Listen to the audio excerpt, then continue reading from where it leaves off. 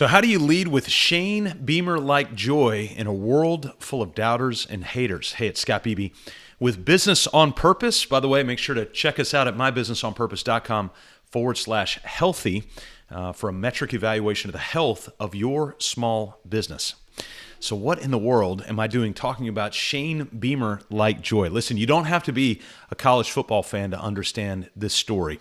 And yet it would help to understand that college football in the southeastern part of the United States is akin to, say, cricket in India or Premier Football in England or Formula One in Italy or even the carnival in Brazil. That's right, we barter, we bet, we scream, yell, curse, fret, cheer, we cry, we hug strangers, all in the course of a 4-hour window on any given Saturday in the fall.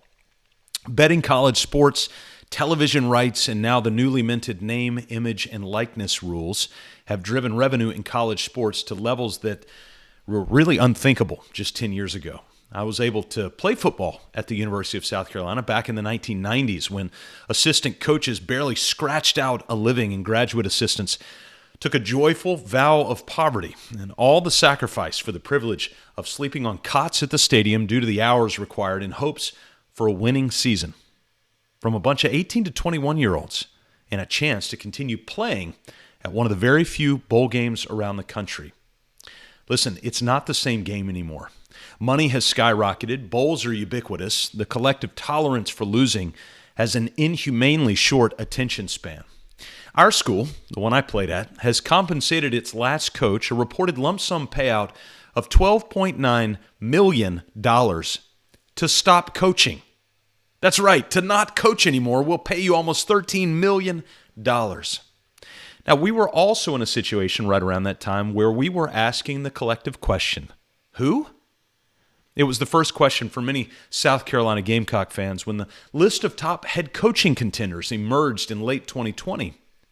Coach Shane Beamer emerged as the victor, a unique, quirky assistant coach at Oklahoma who had never been a coordinator, won the job, and the hearts of the South Carolina Gamecock fans.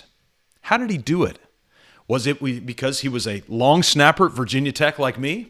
No. Beamer's strategy for leadership can thoughtfully be described in 4 words.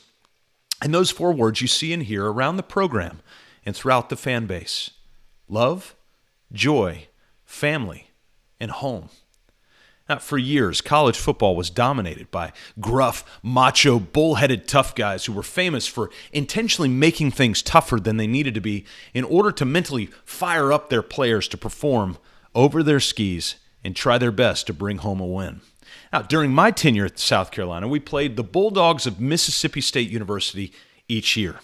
Jackie Sherrill was their head coach, who in 1992, in an effort to, quote, educate and motivate his team before playing the Texas Longhorns, had a bull castrated live in front of his team.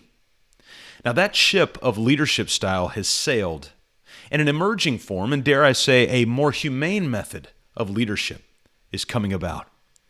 The old guard might think this new leadership is soft or weak. Instead, the counterintuitive leadership is thoughtful, it's intentional, it's human, it's engaging. Beamer has displayed 3 themes and manifestations of this leadership style that connects with Generation Z, that young generation, and motivates them to play on the biggest stages with the biggest lights and the biggest expectations. The first, intentionality. After each game, Coach Shane Beamer is ushered to a press conference where, like every other coach in college football, he is questioned and pushed. If you listen carefully, you'll hear Coach Beamer call many of the reporters by their first name, Heidi, Tim, Phil, and share some inside bit of information that clearly communicates, I have a relationship with you beyond your general questioning here. It's subtle, it's intentional, and it breaks down tension. The most powerful word on the planet to each person in the sound is the sound of their own name. Not a soundbite, not a zinging one-liner, just Steve, Hannah, or Claire. The second element Beamer has embraced is emotional communication. Attend a South Carolina football game at night, and you will be treated to a 4-hour spectacle of intentionality, targeted communication, and repetition. It's a 4-hour sandstorm that's a part dance party, part community-involved recruiting video, campaign messaging, and part football. The communication is emotionally charged, but not unbelievable. It's a message in a way where welcome home means I see you, I'm grateful for you, you matter, and you can be anywhere else, spending your money somewhere else, spending your time somewhere else, but you came here. So we're going to make you feel special, win or lose. You'll not have to look deep into the archives of Gamecock football media to find a clip of Coach Beamer choking up words in reference to his family, players, fans, or any topic that he's able to find meaning in. He's a paradox. Beamer allows himself to show frustration, especially to poorly called penalties, and to display breakdown emotion. When they play poorly, he does not hide it. When they play well, even in the midst of playing poorly, he does not hide it. He displays joy and pain, all in full measure. Hiding emotion is no longer a sign of strength to a younger generation and instead leads to confusion and higher levels of anxiety. Human vulnerability is a powerful relationship currency. We have mastered the art in the past of hiding wounds, hiding pains and cuts, leading to massive storage reserves of unreleased anxiety and mental health challenges. College football players and coaches standing on a brightly lit stage are no different. Stardom and money rank among the worst prescriptions for an anxious mind. The third element that Beamer has really engaged and embedded into the culture of his leadership is repetition. For much of the 2022 season, the offensive staff and players have been forced to listen to an off-tuned chorus of frustrated fans regarding their sporadic play. Beamer is unmoved, at least publicly. It's clear that he is holding to a mission of positivity and joy, love, family, and home, not toxic positivity.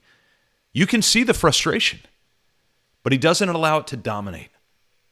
And so that positivity, that joy, love, family, home, he displays it and then rinse and repeat. Of course, there's work to be done. Leadership always is in a stage of refinement. For many coaches and leaders, crotchety frustration was the curriculum of their leadership youth.